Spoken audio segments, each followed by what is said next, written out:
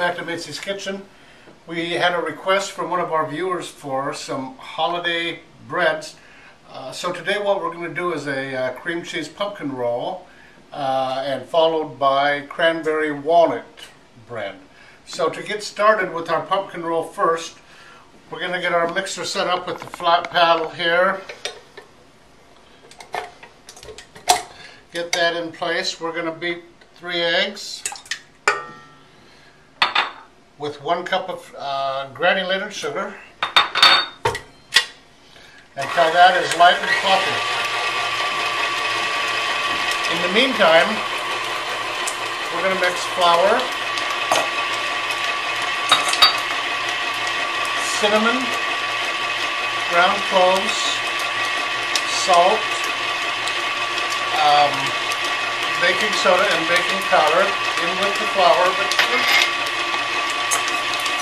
Get that mixed up real good. This is a little loud, I know. We're going to turn it up just a hair and get it done quickly. When that heats up, in just about another minute, we're going to be adding our flour mixture to that to make our cake batter. Afterwards, we'll be mixing up a cream cheese mixture and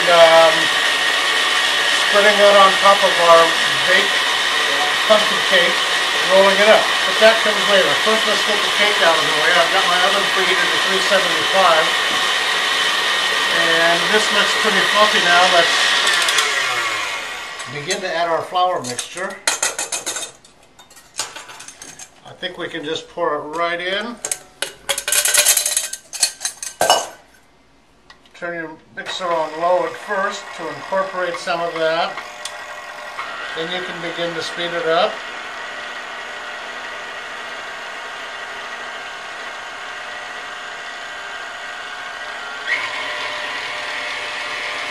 At the same time, we're going to add our pumpkin. This is just a pure pumpkin can, not pumpkin pie mix.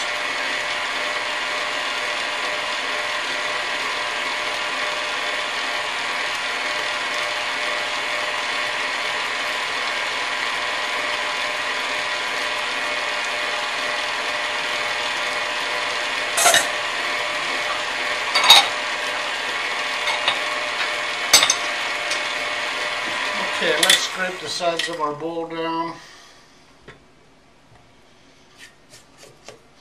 Make sure we get all of this stuff incorporated into our cake batter. And then stir it up a little bit there on the bottom.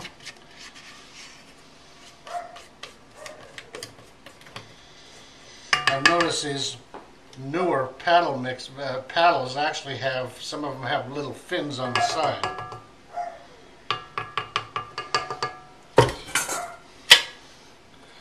Okay, let's mix it up just a little bit more.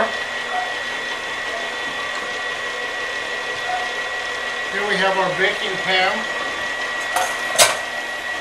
which is a 10 by 15 inch jelly roll pan. I've lined it with parchment paper and sprayed it with a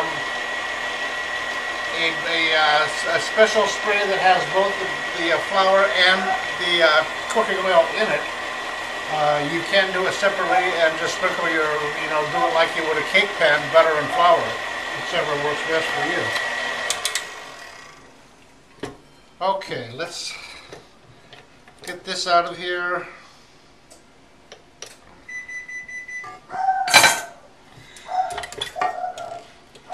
If we can get our bowl off of here, there we go. Okay.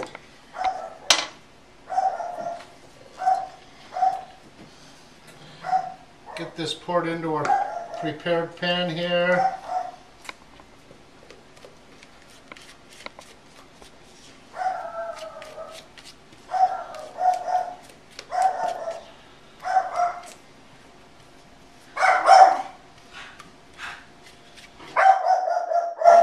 Almost there.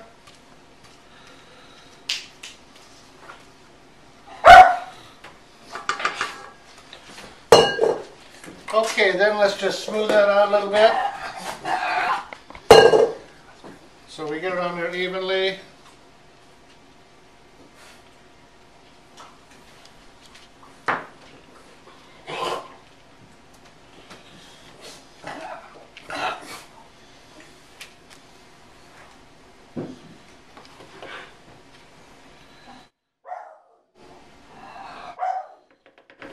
Okay, and again, we're going to put this into our 375 oven for 15 to 20 minutes until a toothpick comes out clean.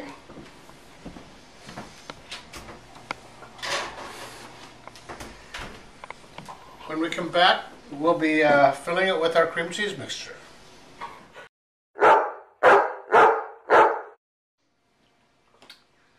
We just took this cake out of the oven, and I'm going to turn it onto a towel.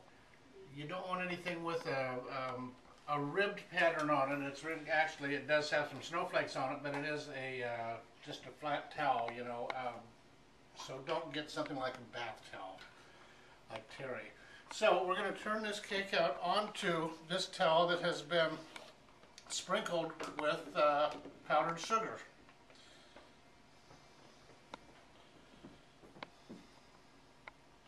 Get it fairly close to the end. Hang onto that cake and just let it fall onto there. Then we'll lift up the sides.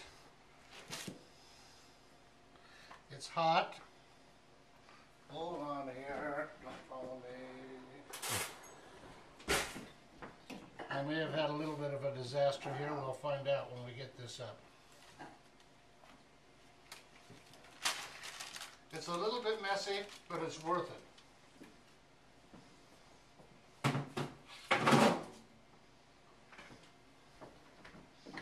Okay, we'll tuck this little corner back in here.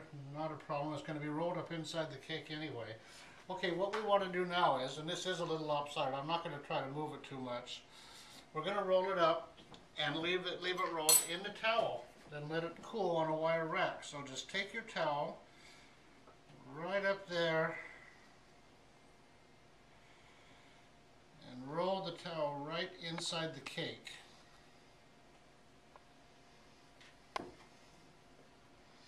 Just like that.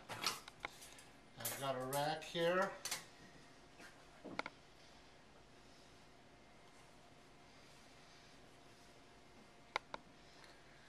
Now we'll let that cool, and then we're going to be spreading our cream cheese filling on that.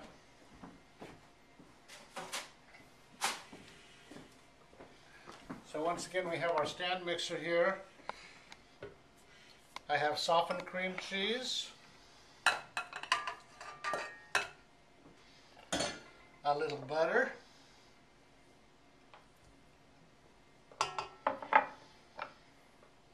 and a little vanilla extract. We're going to use our paddle beater again.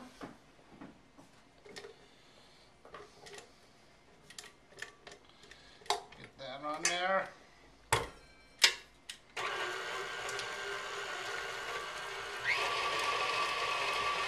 It's all mixed up.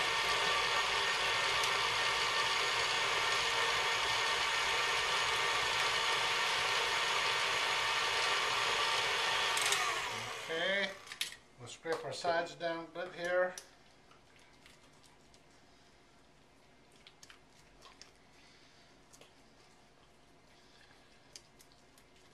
You want your butter to be soft and your cream cheese to be soft also.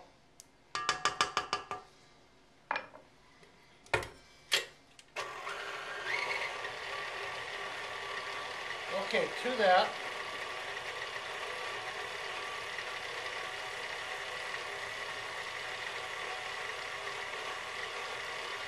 we're going to add about a cup of powdered sugar.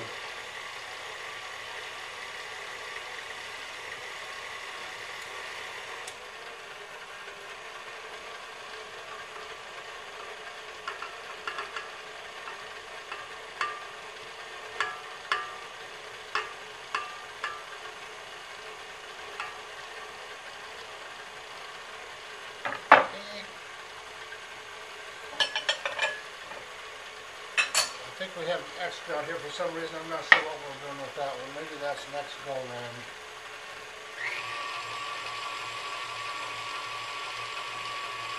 Okay.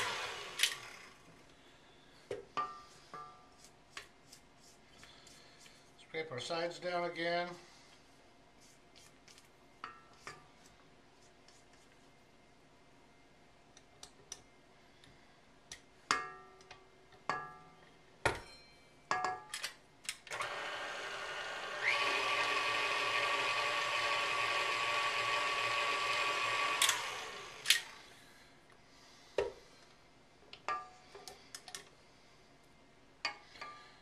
Okay. It's good enough to eat just like it is, but I'm not going to do that, at least not on camera.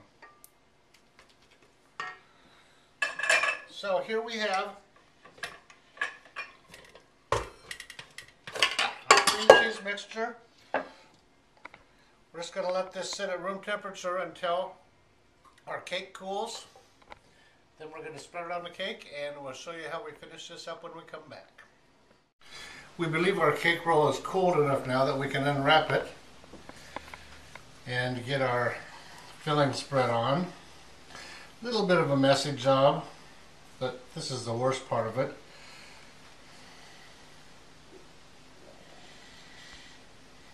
Okay, so just leave it right there. Some of the little almond pieces have fallen off. That's to be expected. Spread it out a little bit. We'll get our cream cheese filling.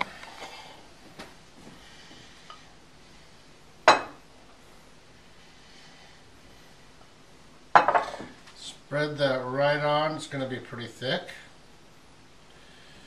Let's get fairly close to the edges.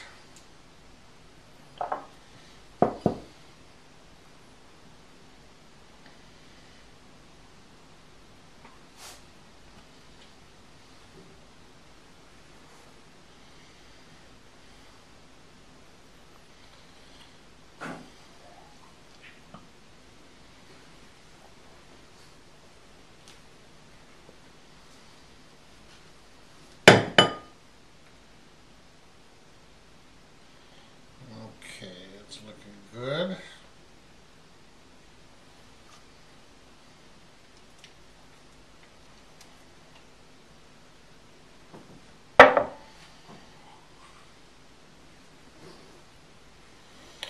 Get it as evenly as you can.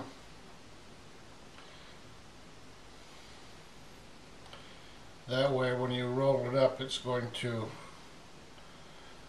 be more in proportion. It won't be lopsided that way. We've got quite a bit right down here that will spread out a little more.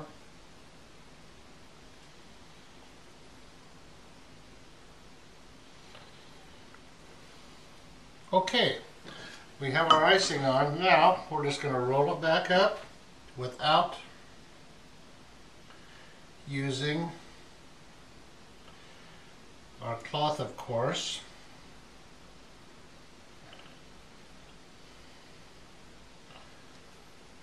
Just go slowly so you make sure that it's not sticking to your cloth.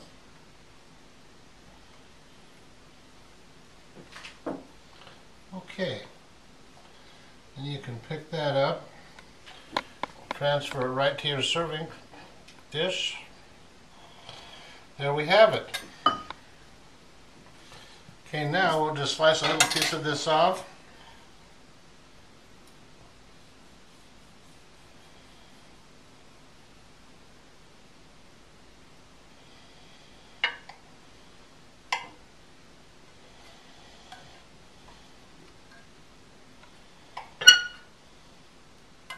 That first slice, of course, is not going to be your prettiest. It's the end piece. But you get the idea. There you have it. You can make it as thick as you want for a serving size. Get your strainer here. Put a little powdered sugar in it, a little confectioner's sugar. Just sprinkle that right over the top. And there you have it. Pumpkin roll.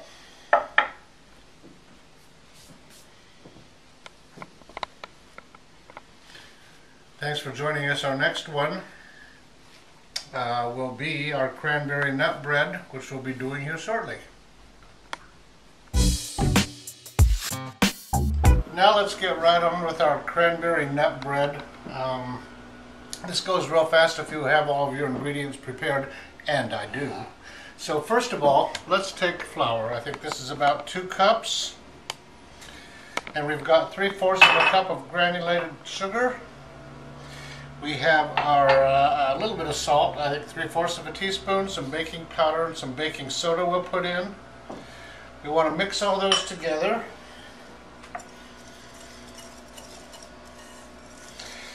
This is a recipe you don't need an electric mixer for because you don't want to over stir it or overwork it.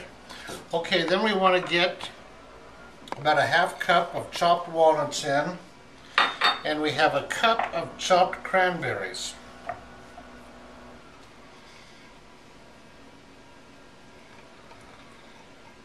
What we want to do is just stir this to get these coated with the flour mixture.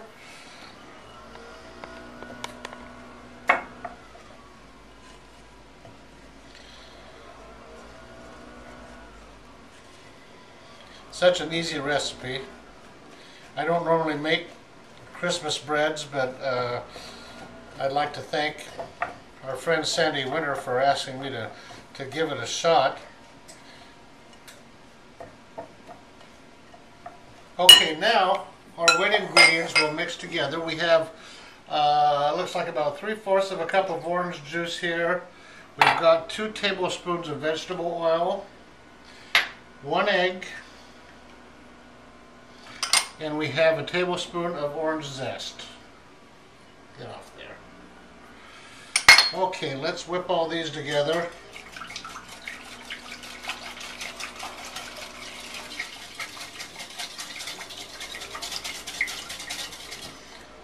Okay, we'll combine this with our dry ingredients.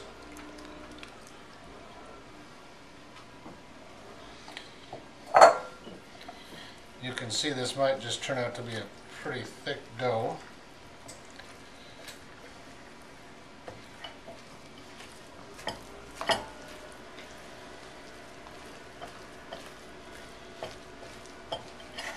And we're going to do this just until it's combined. Like I said, we don't want to overwork this.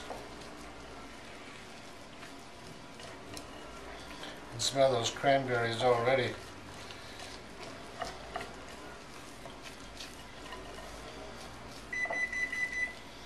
There goes my oven. That's preset to 350 degrees.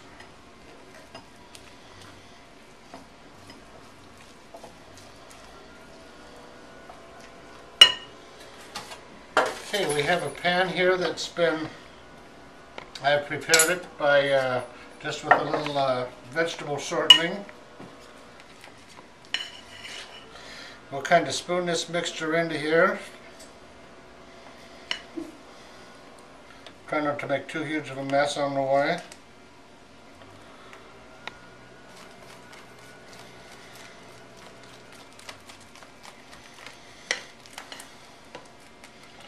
I guess these quick breads are aptly named because they really are quick once you've done your prep work in advance.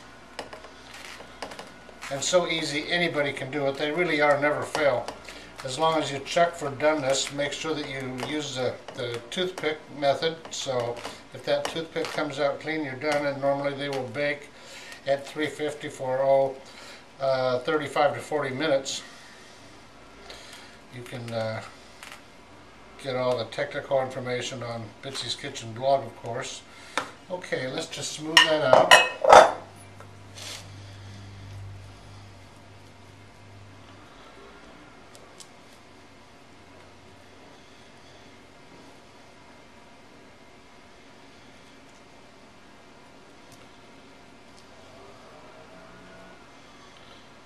Okay, final step, just place it in the 350 oven. Check it in about 30 minutes.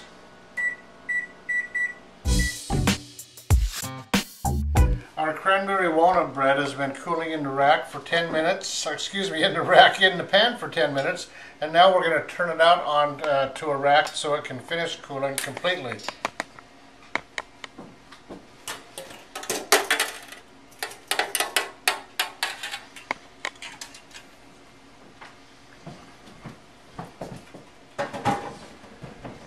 And there we have it again. Thank you, Sandy, for requesting that we do some holiday breads, and thank you, Debbie, for sending me this, what looks to be a wonderful recipe. We'll find out.